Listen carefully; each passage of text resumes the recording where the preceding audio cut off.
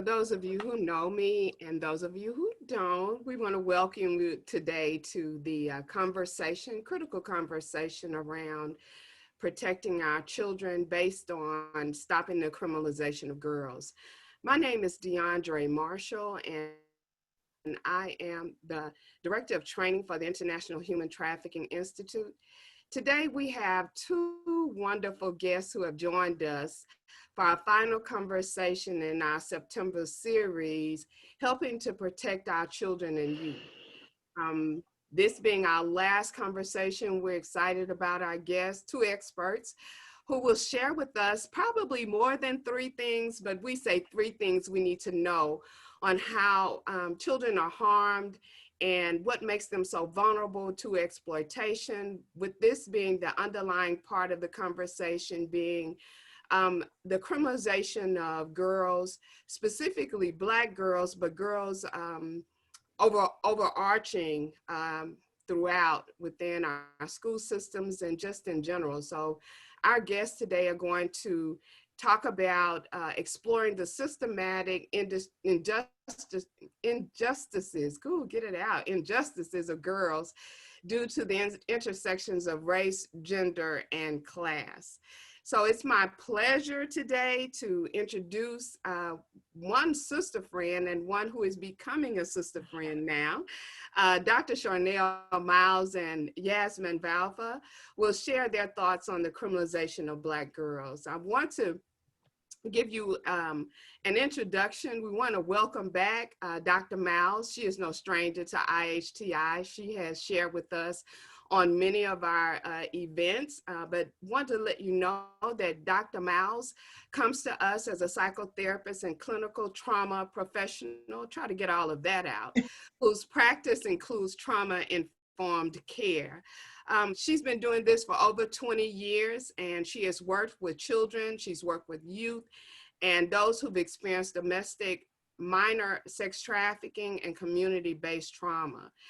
Dr. Miles was recently named VP of Embark Atlanta. We want to congratulate her for that success. And also she facilitates the Social Justice Cafe for Girls here in Atlanta, and with connections worldwide regarding the Social Justice Cafe for Girls. So she'll share a little bit more with you about that. We switch over now to a dear friend of Deborah Richardson's, our Executive Director of IHTI.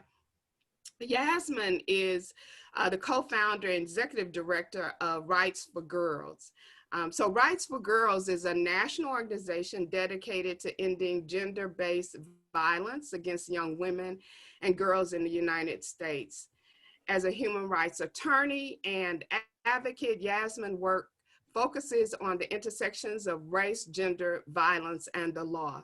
So I guess you guys hear now how we came to invite these brilliant young ladies to this conversation. Yasmin is a leading expert in working with policymakers on effective laws while educating the public on effective interventions to improve the lives of marginalized women and children. Whew, that was a mouthful, but we're so grateful to have you all in the room today. And as well, we're grateful to have those of you who have joined us to hear this critical conversation. But before we move on to our experts, we want to have you watch a short video to introduce this subject, so you'll have a frame of reference around what we'll be sharing about today.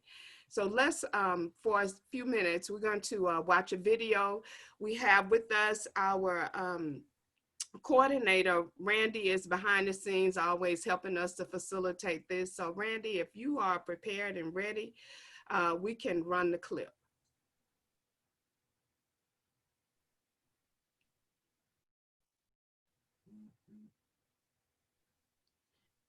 Okay, so Randa just sent me a message and said that Zoom has kicked her out and is not letting her in the room. And we know, if you've been on Zoom calls, you know that that happens periodically. So we are going to ladies and gentlemen, rock and roll, as I say, about this subject. What we'll do now is we'll have Charnel tell us a little bit about her work while I try to work behind the scenes to get Randy back in. And then Yasmin will share about her work as well. So you can take it away, Charnel. All right. Well, good morning. And it is always a pleasure to join you in these, what I like to call critical conversations, because they are always so thought-provoking and um, allow us to put a charge out there to those who attend or view these talks. But my name is Dr. Charnel Miles, and as DeAndre said, I am a trauma specialist of over 22 years, and my work has really stemmed around supporting girls, actually children as young as 3, as women and families around the issue of trauma, and also doing some community-based trauma work.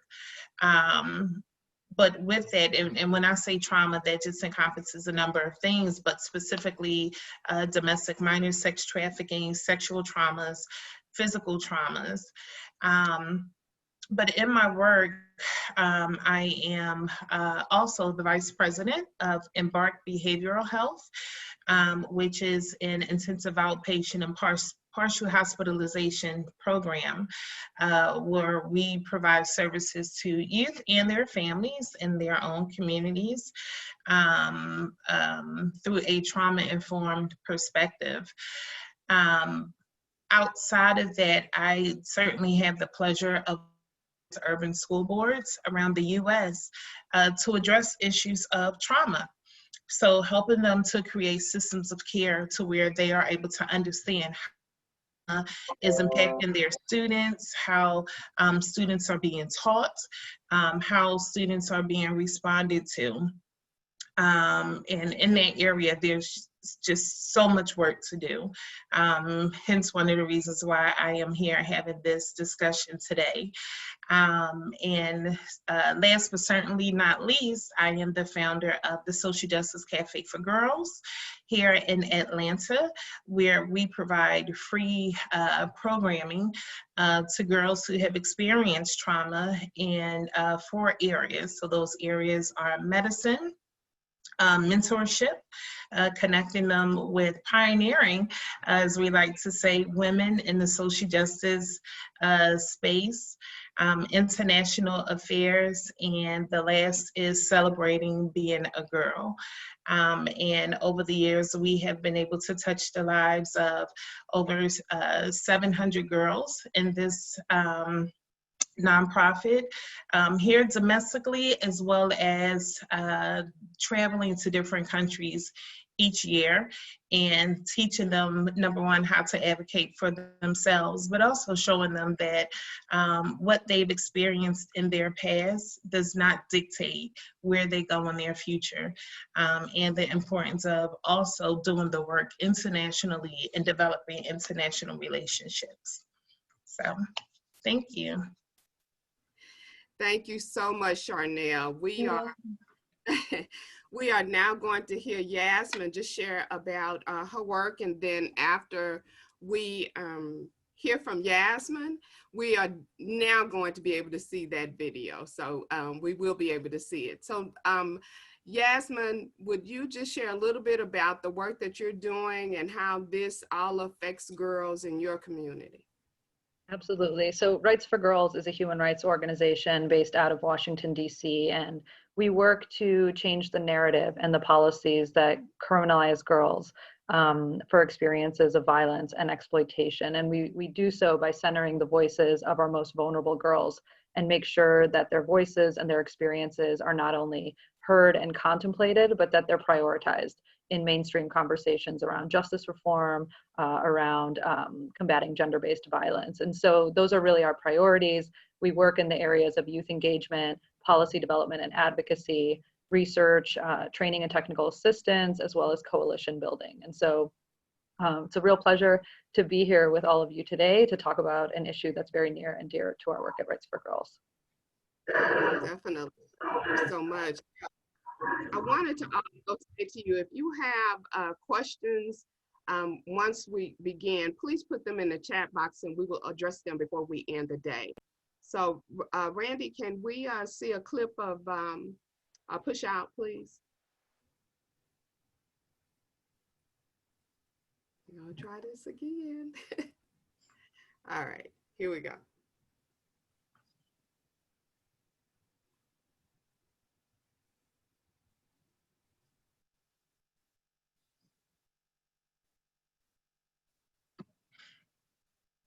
Viral. But incidents like this can be found throughout America. The criminalization of Black girls in schools disrupts one of the most important factors in their lives: education.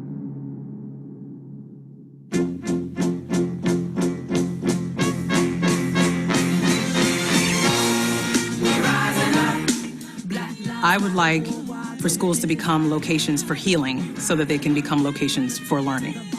These young women, they are pushing up against racism, sexism, classism, homophobia, xenophobia.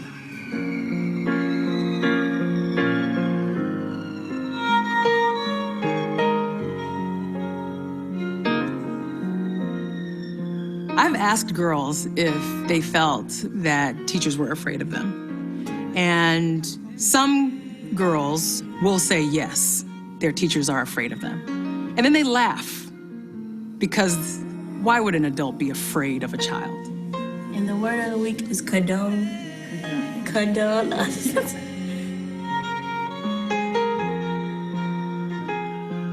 As a nation, talking about the school-to-prison pipeline for Black boys and Latino boys, but absent of that conversation What we learn, Emma? was how girls of color and Black girls in particular were being impacted. What that then did was send the message that what's happening to girls isn't necessarily a crisis. What's crazy is that there are 300 girls in this school. Good majority of girls here are Black, and they go through a lot. And I know they go through a lot because they're Black. They live in America. My teacher got super duper mad and dragged me by the chair, yelled at the other kids to move, and dragged me all the way outside. Oftentimes, I'm gonna say what they don't see is they just refuse to see Black girls as being somebody able to be harmed. My harm can actually be like, come at me and I'm coming for you. I was known for fighting. I had a big mouth. Like, I would just put up a front like I was so angry, but deep down inside, I was really depressed and I was really sad. We know there's a higher number of assaults against Black girls. They're more likely to be trafficked. They're more likely to be molested. They're more likely to fall into so many different categories that affect their ability to learn.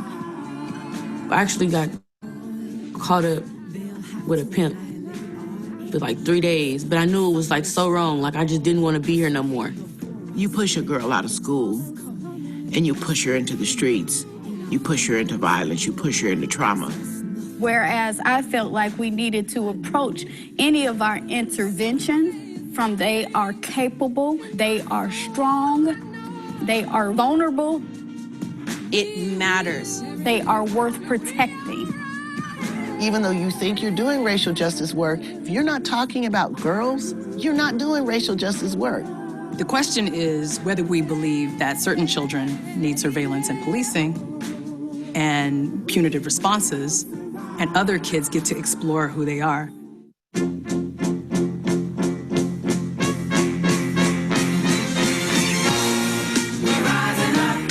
Black lives matter worldwide till the end of time. We rising up. Can't nobody stop us. The love we got's colossal. We rising up.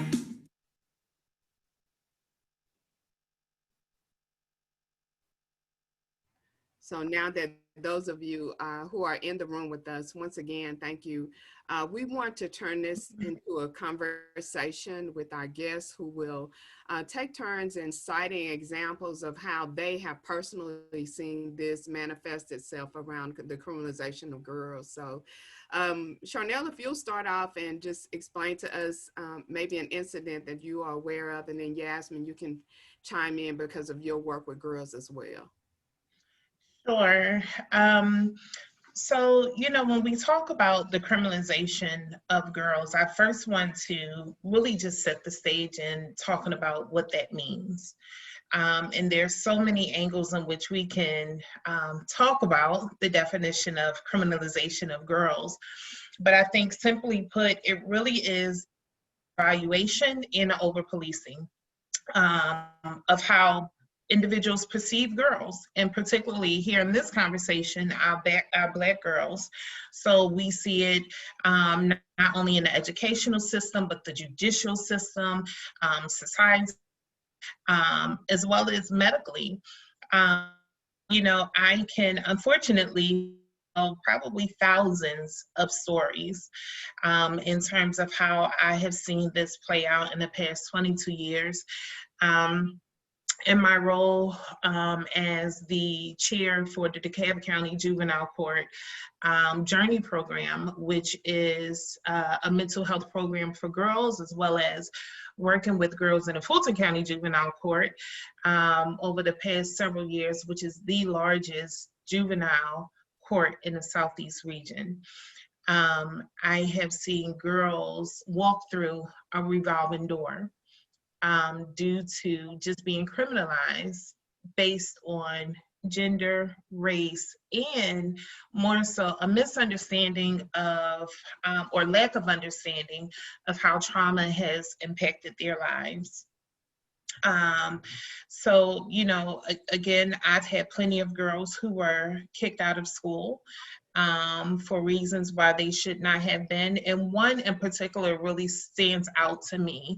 I had a young lady who was actually sex trafficked, and she had been forced to dance in a strip club since she was 14 years of age. And for her, school was her safe haven.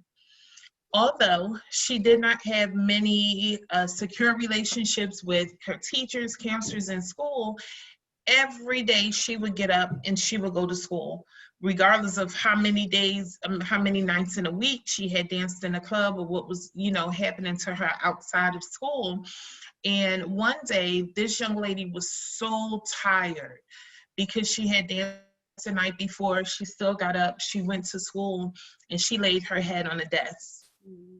And we can all probably imagine what happened next. The teacher came up, tapped her on the back, said some things that were really out of the way. And this young lady responded wrong. And as a result, there was a exchange of verbal and physical, and this young lady ended up getting kicked out of school. And for her, she was already dealing with PTSD. She was dealing with some depression. She was dealing with a lot of issues at home. And that was the last day that she had attended school.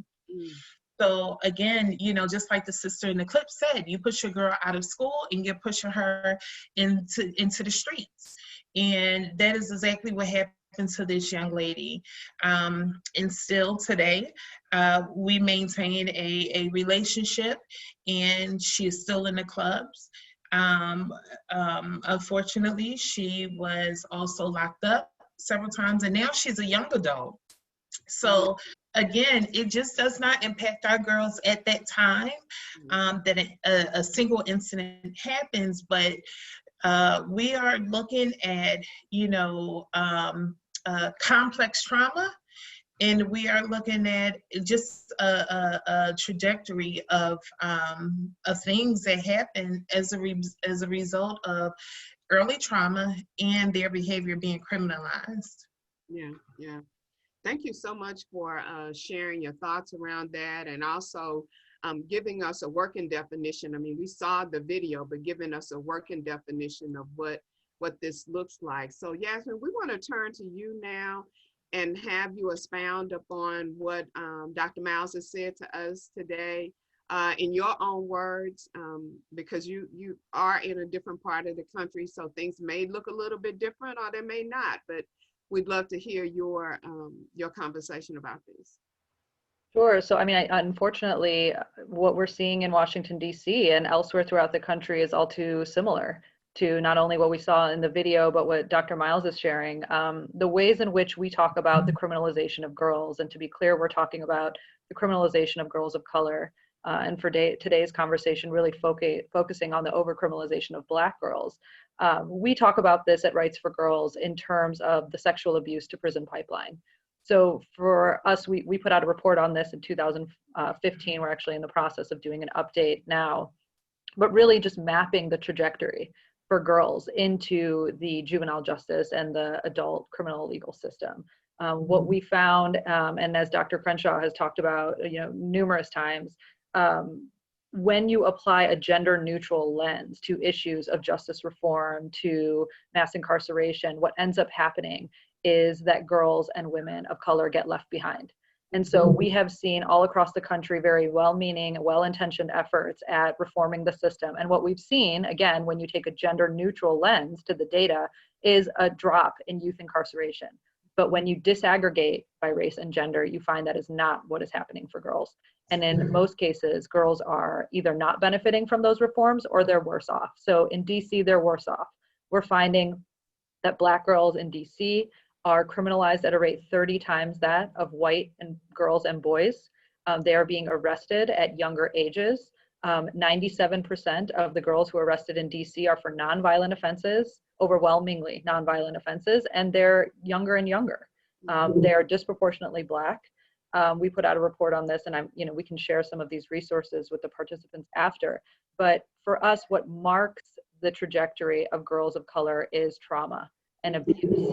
What we found in that report is that when you look at the population of girls behind bars, the majority of them have suffered previous instances of physical and sexual abuse.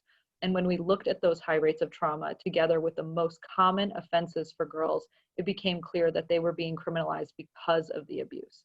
So what that looks like is the disproportionate arrest for status offenses, things like running away from home, truancy, curfew violations. What that looks like is the arrest and incarceration of child sex trafficking survivors, even though there's no such thing as a child prostitute, even though under federal law, these are victims of sex trafficking. And that looks like, girls who are being pushed out of the child welfare and foster care system into the juvenile justice system, again, because of trauma. And so I think it's all of the points that were raised in the video, and I think we're going to be talking about today, are incredibly important. But I think the intersection between violence and exploitation, and the fact that we are too often problematizing the behavior instead of looking at the underlying causes for why girls are running, right? Not asking, what are you running from? And instead criminalizing that behavior is what's causing this crisis, right? Because girls are not becoming increasingly violent, but instead we are over-policing trauma responses. So I think that I think is one of the big takeaways from the video and what we hope to bring out today. Yeah. I hear Charnel in the background as your alien corner. She's definitely agreeing with you on the instances that you are bringing about. I think you guys both touched on this a little bit, and of course the video did as well, but we definitely want to lean into the conversation around girls' suspension from schools based on just their makeup, being girls of color, in comparison to their white counterparts. Can either one of you speak to that? Yasmin? Sure. Go ahead, Dr. Miles. No, so I was going to say, I think nationally, and again, this looks different in different parts of the U.S., but we know that Black girls are at least 6 times more likely to be given an out-of-school suspension than their white counterparts. And oftentimes, it does go back to, some of the biases or prejudices that are held against Black girls. you know, I remembered Dr. Morris, who wrote and produced the criminalization, or push out the criminalization of Black girls, when she talked about a young girl who was a diabetic, you know, in Alabama, and she was given in-school suspension, and part of her punishment was to read a book while in-school suspension. But this was a young lady who had diabetes, had not eaten, and she actually fell asleep while reading. And the teacher threw a book at her, and she responded, and the police were called, and this young lady was detained. And again, unfortunately, that is not an uncommon story. For most of our youth, as Yasmin said, what we are seeing are trauma responses, you know, as it relates to their behaviors in school, or how they may be relating to a teacher or school personnel, or someone who does not understand trauma and how trauma is directly impacting and affecting our kids. And oftentimes they may say, well, she wasn't sexually abused, she wasn't physically abused. Ding dong, those are not the only types of traumas that our youth are dealing with. It can be community-based trauma. I mean, just a number of things. So, you know, one of the things that I worked with our local school board here, APS, with board member Erica Mitchell, was to write the first policy, which was adopted in APS on child sex trafficking. But guess what? We can write policy all day, but if there is not a clear understanding and implementation of that policy, and I like to say from the top down and the bottom up, then it's falling on deaf ears, right? And it has to be a collaborative approach, meaning not just with the school system, but also bringing in our youth, adding their voices, bringing in our families, bringing in the community. And I can go on and on and on about that. But again, when it comes to suspension, a lot of times these suspensions are happening so reactively without really getting to the root cause or understanding the root cause of why these things are happening. Yeah, Yeah. absolutely. Go ahead, Just to add, I mean, I think absolutely to everything, you know, Dr. Miles just shared, and I think some of the other points just to add are that, you know, girls of color, and again, Black girls in particular, you know, are being suspended at exorbitant rates as compared to their white counterparts, but often for subjective behaviors, right? These are completely subjective things like willful defiance, things like dress code violations, right? These are completely subjective behaviors. And I think, you know, this comes down to the issue of adultification bias. There was a really important report that came out a couple of years ago from Dr. Jamila Blake and Rebecca Epstein out of the Georgetown Law Center on Poverty that I think is really important. And it's something that confirms what we already knew, that, you know, adults in various systems perceive Black girls as less innocent, as, you know, not as children, as, you know, not being able to be hurt, endure pain, more promiscuous, more knowledgeable about sex, you know, so very harmful mythologies and tropes that translate into these subjective disciplinary policies. And I think going back to the point made in the video, that is something critical that we always highlight. Schools are a protective buffer for girls, right? When you push girls out of school, you are then setting them up. You are not only pushing them off track for achievement, you are disconnecting them from this protective layer and essentially setting them up for other risk factors. And, you know, they're more likely to fall into other, you know, delinquent behaviors, more vulnerable to fall into things like exploitation and trafficking. And so really understanding the important role that schools play and that protection that they offer girls. Yeah, I mean, I just applaud you both for just highlighting those conversations in themselves. You talked about the suspensions. You even, guys, you touched already on the juvenile court system and how it plays a role in this. But I'd really like and because both of you have worked in that area, to just touch a little bit more on the juvenile court system and how they criminalize girls of color as well. So I'm happy to just talk. Well, we at Rights for Girls have a longstanding partnership with the National Council of Juvenile and Family Court Judges.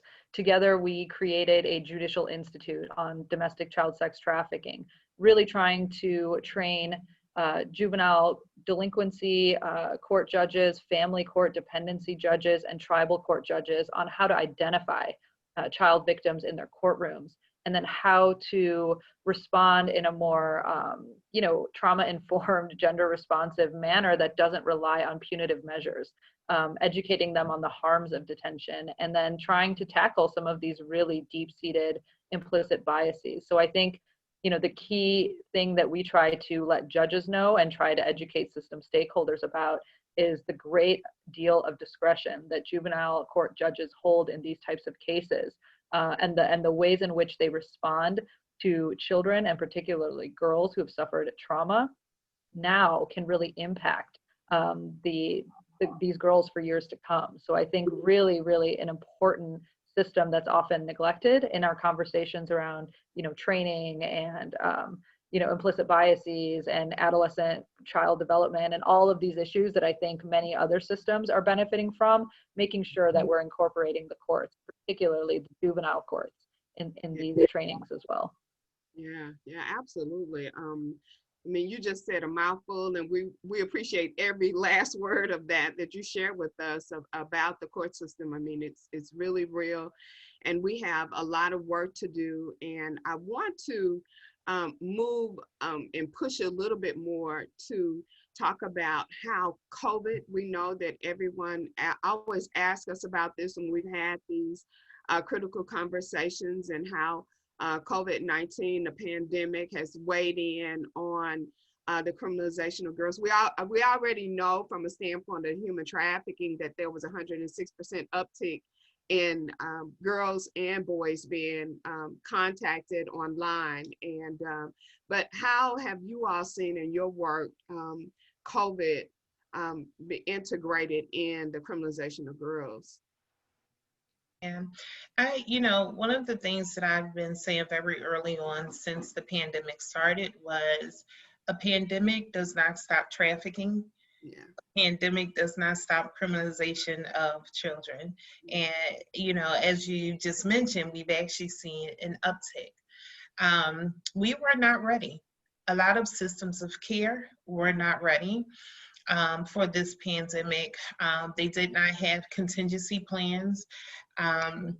This is something that, I shared on a national level with schools, talking about, the lack of contingency plans for our children. So what we saw specifically just in terms on, the treatment side was that for those children whose school was their safe haven, or they were receiving services in school, for some of them, it fell by the wayside. They had no means to continuing to receive supportive services virtually, let alone attend class, right? But it was because for a lot of them, they did not have the means to do so. And that's getting into a whole 20 more hours of conversation, just talking about poverty, right? And the lack of resources. Yeah. So for, and I'm just kind of thinking back about the first 3 to 4 weeks, there was, a uptick of number of girls who ran away from home, right? But some of those girls were also already on probation. So it was like, okay, what do you do? The courts are also closed. There were youth who did not have food, right? So they were out in the streets doing, what they thought was right to get food. But again, these were already youth who were on probation. Okay, so then we started seeing reports of, judges who were locking these kids up because they felt to attend school virtually. Well, they didn't have access to internet or some other things. Right. And again, these were mainly, and I'm kind of stepping out here just, from talking about Black girls, but these were minority youth. So, I think that we have to be mindful and thoughtful and really strategic and collaborative about how we continue to address this situation during the pandemic, understanding that for some families, they are fighting day to day just to keep a roof over their heads, to keep food on their table. And it is directly impacting our youth. It's directly impacting our youth, yet some of our system, they're still holding these youth accountable for following some of the same rules. Yeah, absolutely. Yeah. If I can just add a couple points. Some of the things that we're seeing in DC, and I'm sure are happening elsewhere, is an uptick in familial trafficking. Again, we know that trafficking and child trafficking have increased, but familial trafficking in particular, we've noticed in DC. And again, that goes to, families that are increasingly desperate, children who have food insecurities and other, struggling to meet other basic needs. It's not a secret that the communities that are being hit hardest by COVID-19 are also, some of the communities that are most susceptible and at risk for trafficking and exploitation. So that's really important to keep in mind. We've also seen real lapses, from child welfare. We know that, instances of family violence, child sexual abuse have gone up as families have been increasingly stressed. And had multiple challenges, due to unemployment, eviction, right? All of these issues. And we had situations where foster care and child welfare have not been able to do removals in a timely manner. We've had kids calling CPS on their own families and not being able to remove them or their siblings in situations where their child themselves wants safety and removal. And then one of the other issues in terms of trafficking and exploitation is landlord-based sexual exploitation, and landlords who are seeking to take advantage of vulnerable women, often single moms and their kids, through sexual exploitation, which is another form of trafficking, right? So these are all some of the things that we're seeing. And then finally, in terms of criminalization, we know from the research that juvenile detention centers and prisons are breeding grounds for transmitting the virus. And so we have worked really hard for the release of children from detention in places like DC and across the country. I think the Sentencing Project has some of the latest data on over 2,000 kids nationwide who are incarcerated have been infected with COVID-19. And so we've worked to try to get some of those kids released. We know in DC, at least a few of them were girls who were trafficking survivors. But then again, placements become an issue, right? If foster care isn't doing new placements and home isn't safe. So these are some of the challenges that we and providers are dealing with in light of the pandemic. And as Dr. Miles said, our systems are just not prepared to deal with the amount of violence and exploitation and the response that's needed. Right. Thank you guys for that conversation for sure. We're going to switch it up once again. We're doing a lot of switching today, but there's a lot to cover. And then our audience, please know that we are going to get to your questions. We're going to allow the last 15 minutes to get to your questions. I see them in the chat box. But we do want to talk about how do we assist as community? How does community assist in not only the conversation, but what can we do to bring more awareness to the subject? There are folk out there who have no idea that this is happening, number one, and they don't know that it has a name, number two, and they don't know how it affects girls for the long run. So, Charnel, you shared about the young lady who's, in the strip club now. But, when you're looking at this from the outside, sometimes we pass judgment, let me say it that way. But what are some of the things that community can do to bring this to conversation in our communities? The education piece is really big. So then talk to education. How will you guys roll out education around this in community? What are ways that community can engage? And then the lobbying piece. I know we had talked about this pre-conversation about lobbying for the decriminalization of girls of color. So I know that was a lot. So if you guys can just touch on a little bit of that, especially the education piece. How do we begin? I think the first thing we have to do as a community is check our biases, right? Both Yasmin and I just kind of talked about how Black girls are perceived. But we have to check our biases. We have to check our prejudices against Black girls. But also, we have to stop being afraid to talk about this issue and give it a name and call it what it is, right? And we have to do that through education. So not only us as adults out there educating other adults and other systems of care about this issue, but also bringing the voice of the girl to the table. With the Social Justice Cafe for Girls, we actually teach girls how to advocate for themselves. And we help them to name what it is that they are experiencing. Early this summer, well, we're in fall now, but this past summer, we actually did a whole sort of program. And I don't even want to call it a program because it was, to me, it's a movement because it continues. But with Push Out, the Criminalization of Black Girls with Dr. Monique Morris, where we all came to the table to have a conversation about this. And we invited any Black girl who wanted to attend. We had Judge Renata Turner. We had our state senator there, Tanya Anderson. We had a school board member. We had all of those, and I was intentional about bringing women, but bringing women to the table to support our young girls, to hear their stories, and then to come up with some action items, some advocacy that we wanted to move forward in doing, but we had to start out with the education. There's a lot of communities who don't want to talk about this, who don't believe that trafficking is still happening in their own communities, right?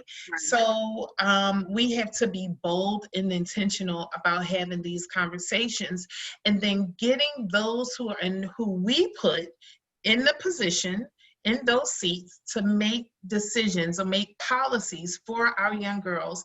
We have to hold them accountable by bringing them to the table and then tasking them to work along with us in order to effectuate change. So right now, one of the things that we are doing is working statewide to, number one, get every school to become a trauma-informed school. And that doesn't mean just understanding trauma, but truly implementing trauma-informed practices, collaborating with community stakeholders, our families, our children, but also we are working on moving some legislation around trauma-informed schools and specifically Push Out. So that's where we are at with this work. Okay, Yasmin, so I'm at 1:42. I'm time conscious. I don't want to go over, but I do want to get to these questions that are in the chat box. So I'm gonna look in and get you to answer. The first question in the chat box is coming from, let's see, Sarah, who's on with us today. Thank you, Sarah, for your question. My question is, how can we prepare communities, schools, law enforcement, service providers, healthcare facilities for identifying and preventing delinquency and trafficking of girls? So I think, you know, basically a lot of what Dr. Miles said is going to be part of my answer. So in Washington, D.C., we have created space for young girls and young girls of color to be able to advocate for themselves and make their voices heard. And I think that is one critical step that we can all take. One of the things that we've done is launch the DC Girls Coalition. We have a youth advisory arm, a girls arm of the DC Girls Coalition, where girls themselves are able to communicate their needs, their challenges, and the policies that they want us as allies and advocates to help bring forth. Over the last, few months, we've organized a series of virtual town halls where girls have been able to talk about, specifically the challenges they're facing and their families are facing due to COVID. How they feel about things like reopening, how they're dealing with things like violence in the realities of the racial justice uprisings.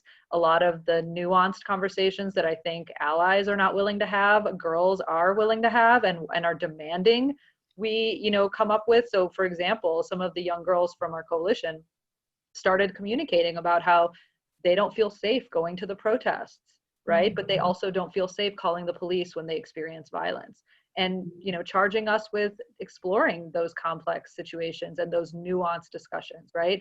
Right now, we're following the lead of the girls in our community who are demanding police-free schools and are talking about how this is a key pathway to criminalization for kids of color and girls of color in particular, right? Talking about the need for counselors and, you know, therapists instead of police officers in the spaces in which they are, you know, supposed to learn and be safe. And then I think in terms of preventing issues like trafficking, I think, again, this comes down to education and creating space for the voices of young people and girls and survivors in particular. And so, for example, one of the things that we are seeing that is a real challenge to combating and preventing child sex trafficking is this movement towards full decriminalization or legalization of prostitution and the sex trade as a whole. And I think what people fail to realize is not only does that mean decriminalizing survivors and those engaged in the sex trade, but it would also decriminalize the acts of pimping, purchasing sex, and brothel keeping. And all of these things expand the market, fuel sex trafficking. What we need to know from a very basic understanding is that sex trafficking exists because demand already outpaces the supply, even though it's illegal, right? So when you make it okay to purchase sex, you're going to fuel trafficking. And so we created space for survivors in our community, young girls, young boys, to come forward and say, like, this is not what we need to feel safe. This is not what justice looks like for us, and that we believe in accountability for those who have purchased us to abuse us, right? And so those types of spaces are key to being able to make meaningful, lasting policy change that's actually, you know, informed by the youth and informed by survivors of violence. So I think understanding the connections between these issues, between system involvement, violence, exploitation, you know, things like trafficking, and how that is a pathway to criminalization for girls, right? So understanding the connection between these issues and then creating space for young people and girls to have their voices heard. Okay. Wow. Thank you for shedding a light on the human trafficking aspect of this, because we always, I mean, we've heard it all 46 minutes of today, how there is a definite intersection, and because that's the work that we do every day, we know that this is an issue and it is a problem. Victoria asked a question: what can law enforcement, specifically prosecutors, do to help stop the criminalization of Black girls?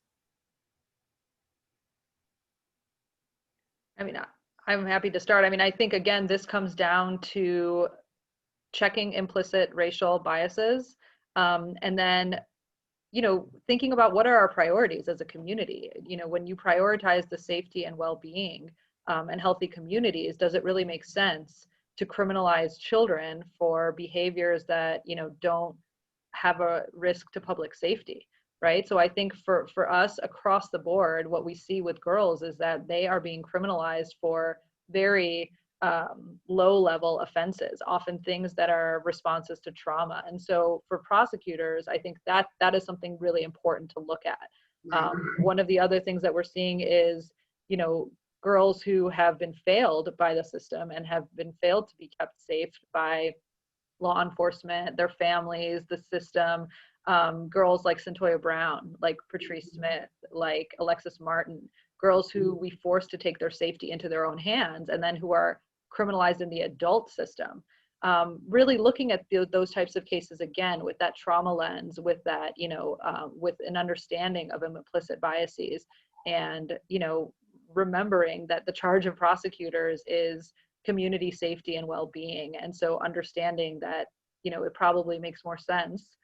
We certainly know the outcomes are better and that it's more cost effective, if not the more humanitarian approach, to serve youth and particularly girls in the community with programming rather than routing them into the justice system where they're likely to just, you know, create a cycle of victimization and incarceration.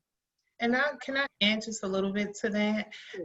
Here in Fulton County, you know, as an advocate, a mental health provider, and also working with law enforcement, and just the legal system, oftentimes it took a lot of really hardcore, what I call hardcore advocacy, to educate our prosecutors on the life of these young ladies. So that meant inside and outside of the courtroom. And to really have some one-on-one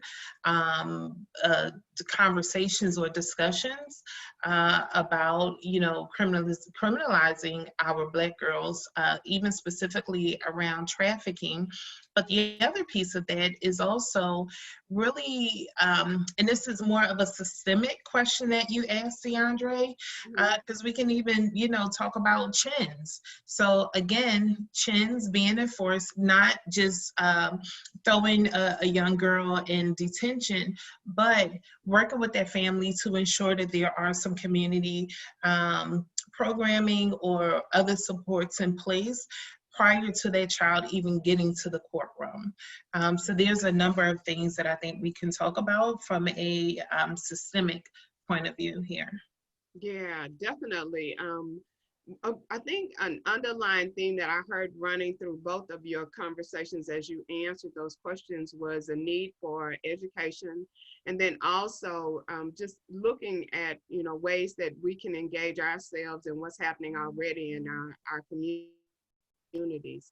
And so what I really want to tell people to do as an act, because when we have these critical conversations, we always want you to walk away with some type of action item. So I'm going to, Charnel, I know probably what one of yours would be, but, Yasmin, I mean, as well, what would be one of your action items. But I definitely want to just plug our girls programs that are in the city of Atlanta and throughout the state of Georgia. If you're joining us from other places, that one key place to begin is to volunteer your time, whatever time you have, to work with girls programs throughout the state, throughout the country. And as well, we would want you to volunteer. I mean, if you don't have a student who is in school, there's still room at the table for you to go and engage any girls program that they have, and to actually introduce this topic of conversation to them. If that means taking the video clip that we showed and taking it to the principal and just saying, hey, can we sit down and let's talk about it, as Tamara Hall says. Let's just talk about how we can educate our parents about what's happening and make a difference and make a change. We had one last question from Stephanie. Stephanie, your question is, she had a question about sugar daddy websites, you guys. And some people may not know that this is a new, and well, it's not new because I've talked to students and it's not a new phenomenon, but it's even more technologically savvy with the websites that girls are being lured to. And we are planning a conversation around that, Stephanie, so stay tuned for that, that conversation. Victoria asked, can you name some of the programs in Georgia that allow volunteers? So Victoria, you know what? I am going to send you a list of places if you're interested in volunteering. And giving some time. You have Charnel that's sitting right in front of you. You can definitely contact her via email. Ladies, can you put your emails in the chat box just in case someone wants to reach out to you? I am not sure if our executive director has joined us. She had to scoot out for a meeting. Deborah, are you here? If she's not here, we are at 1:53. Do we have any other questions from any of you guys who have joined us today for this critical conversation? I'm going to give our speakers one last word. But before I do, I just want to thank you guys again for your time on a Saturday, all of you, our speakers and our guests. Look forward to continuing to support both of you, Yasmin, in everything that you're doing in the DC area. Charnel, with everything that you have going on. We look forward to supporting you as well. Just want to ask our audience to stay engaged with us. Visit our website and find out what we are doing. We have a convening happening on October 1st. You can check our website for information about the convening. We will be meeting with all of our coalition partners who have joined the conversation with us to end human trafficking in the state of Georgia, yea, even the world. Thank you, Randy, for putting up our flyer for that event. But last words, we have a few minutes left. Yasmin, I'm going to go to you first, and then Charnel, you can take us out. Yasmin? Sure. I mean, again, thank you for hosting this conversation. I think one of the things that we are always very frustrated by is the ways in which girls of color are rendered invisible in all of the different spaces in which we work, whether it's, you know, criminal justice reform, whether it's domestic and family violence, whether it's child trafficking, whether it's the sex trade and issues like sugaring that I think is really, really important and an extension of sexual exploitation. And again, the ways in which girls of color are harmed even more so is very important to point out. So I think connecting the dots between all of these issues is so critical. And I think there's so many opportunities to provide girls safety, healing, mentorship is something we always highlight and something that the girls in our community are always saying they would like and that they would need. I know right now the pandemic makes that challenging, but I think, you know, reaching out in your community for girl serving organizations and partners and advocates to really figure out a way that we can come together and create spaces for girls to be girls. Yeah, absolutely. Charnel? Sure. So, you know, I always go back to, we cannot talk about true equity without Black girls being at the table or being included in that conversation.